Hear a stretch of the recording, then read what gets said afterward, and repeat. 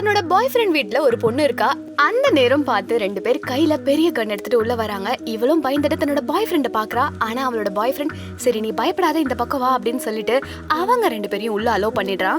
அது மட்டும் இல்லாம சரி நீ ரூமுக்கு போ அப்படின்ற மாதிரி அவளை சொல்லிடுறா. இவளும் பயத்துல அவளோட ரூமுக்கு போறா. ஆனா அதுக்குள்ள அந்த பாய் ஃப்ரெண்ட் கிட்ட ஏதோ வாங்கிட்டு வர சொல்லிட்டு அவனையும் வெளியே அனுப்பிடுறாங்க. இங்க வந்து ஒருத்தன் அந்த பொண்ணு ரூம்ல இருக்கிறது தெரிஞ்சுக்கிட்டு அந்த ரூம்ல போய் அவகிட்ட தப்பா நடக்கிறதுக்காக முயற்சிக்கிறான். அதே நேரத்துல இன்னொருத்தன் குண்டா வந்திருப்பான். அவனும் அந்த ரூம்ல வந்து எட்டி பார்க்க இவன் உடனே இது என்னோட டர்ன் அப்படின்ற மாதிரி சொல்லி அவனை வெளியே அனுப்பிடுறான். அது மட்டும் இல்லாம அந்த பொண்ணோட வாழ்க்கையும் நாசமாக்கிடுறான். கொஞ்ச நேரத்துல தன்னோட பாய் ஃப்ரெண்ட் வந்ததுமே இவன் நடந்த எல்லா விஷயத்தையும் அவன்கிட்ட சொல்றா. அது மட்டும் இல்லாம அவளோட பாய் ஃப்ரெண்ட் இதை ஷாக்கிங்கா கேட்காம அவகிட்ட கையில காசு எடுத்து கொடுக்கறா. இதை பார்த்த உடனே அவளுக்கு ரொம்பவே ஷாக்கிங்கா இருக்கு. என்னடா இது அப்படின்ற மாதிரி கடைசியில பார்த்தா இவளோட பாய் ஃப்ரெண்ட் தான் இவங்க ரெண்டு பேரையுமே வர வச்சிருப்பான்.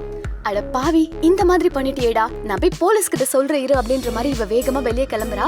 ஆனா அதுக்குள்ள இவனும் நீ வெளியே போய் சொன்னா உன்னை கொலை பண்ணிடுவோம் அப்படின்ற மாதிரி மிரட்டுறது மட்டும் இல்லாம அவ ஓடும் போது அவ பின்னாடியே சேஸ் பண்ணிட்டு போறான். இவனை பார்த்தா அந்த ரெண்டு பேருமே பின்னாடி இவளை சேஸ் பண்ணிட்டு போறாங்க. அங்க போனா ஒரு டெட் எண்ட்ல பெரிய பள்ளம் இருக்கு.